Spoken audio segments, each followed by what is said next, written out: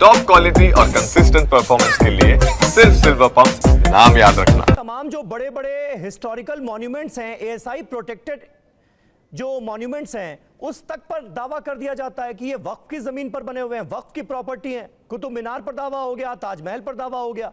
क्या वक्फ का कॉन्सेप्ट 1800 का है क्या? नहीं सर, लेकिन आज के संदर्भ में तो देखना पड़ेगा ना। कॉन्सेप्ट है। अब आज अगर कोई ये दावा कर दे कि कुतुब मीनार वक्फ बोर्ड की संपत्ति है, तो वक्फ बोर्ड के हवाले तो नहीं कर दिया जाएगा उसे। गजीट नोटिफिकेशन अगर इशू करती है कि ये प्रॉपर्टी वक्फ की है, तो गजीट नोटिफिकेशन मैं नहीं करता हूं, आप नहीं करती, सरकार का ऑफिशियल डॉक्यूमेंट होता है वो। जी जी, कोई जाकर बोल दिया वक्फ है, नहीं, एक ऑफिशियल गजीट नोटिफिकेशन होता है और उस गजीट नोटिफिकेशन के तहत आपको मानना पड़ेगा।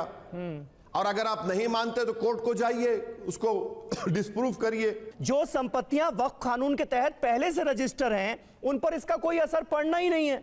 जो रजिस्टर नहीं है वो नए मानकों के अनुरूप होंगी। तो फिर आप ये क्यों कह रहे हैं कि भाई वक्फ संपत्तियां जो हैं मुसलमानों की छीन लेंगे, मुसलमानों को बर्बाद कर देंगे?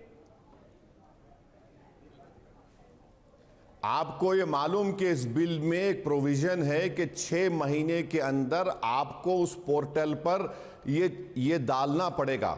अब ये पोर्टल पर डालने का जो कंडीशन लगाया गया है वो इंडियन ट्रस्ट एक्ट में कहीं पर नहीं है, नंबर 1। दूसरी बात ये कि आप ये कह रहे हैं कि किसने वक्फ की। अब आपका ताल्लुक लखनऊ से है, टीले वाली मस्जिद को किसने वक्फ किया बताइए? कहां से लाएंगे आप 400 साल 500 साल पुराना रिकॉर्ड?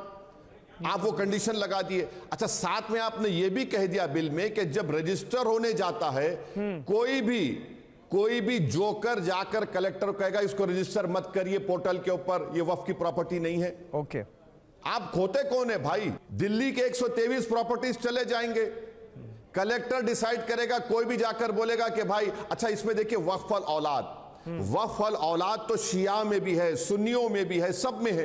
आप कह रहे हैं कि नहीं, किसी बेटी का हक नहीं मार सकते। अरे जब मैं अपनी प्रॉपर्टी को अल्लाह के नाम पे दे रहा हूं तो उसमें बेटा बेटी को कहां मिलेगा हिस्सा? ऑपोजिशन की तरफ से रणनीति क्या अपनाई जाएगी? अगर ये बिल लाया जाता है पार्लियामेंट में, तो भारत के जितने सेकुलर जहन रखने वाले हमारे हिंदू, सिख, मुसलमान हैं, वो कभी भी माफ नहीं करेंगे चंद्रबाबू नायडू को, नीतीश कुमार को और जनाब पासवान साहब को कि आप धोखा दे रहे हैं। आप बीजेपी की तायीद कर रहे हैं, मगर आप फ्रीडम ऑफ रिलीजन मेरा कर्टेल कर रहे हैं। आर्टिकल 25, आर्टिकल 26, 29 और 14 का ग्रेव वायलेशन है।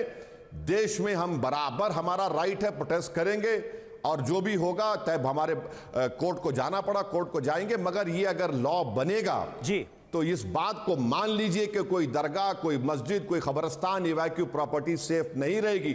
इसीलिए कश्मीर से लेकर कन्याकुमारी तक जितने मुस्लिम स्टेक होल्डर्स आए, सबने इस बिल को रिजेक्ट किया कि ये मुसलमानों के खिलाफ है, अनकॉन्स्टिट्यूशनल है, ये हम इसको कबूल नहीं करते हैं। ठीक है, बहुत बहुत शुक्रिया असदुद्दीन ओवैसी साहब, टीवी 9 भारतवर्ष से बात करने के लिए। धार्मिक स्वतंत्रता में सीधे सीधे ये दखल अंदाजी है और इसे एक्सेप्ट नहीं किया जाएगा। ये नए वक्फ कानूनों को लेकर राय है असदुद्दीन ओवैसी की। शुक्रिया आपका।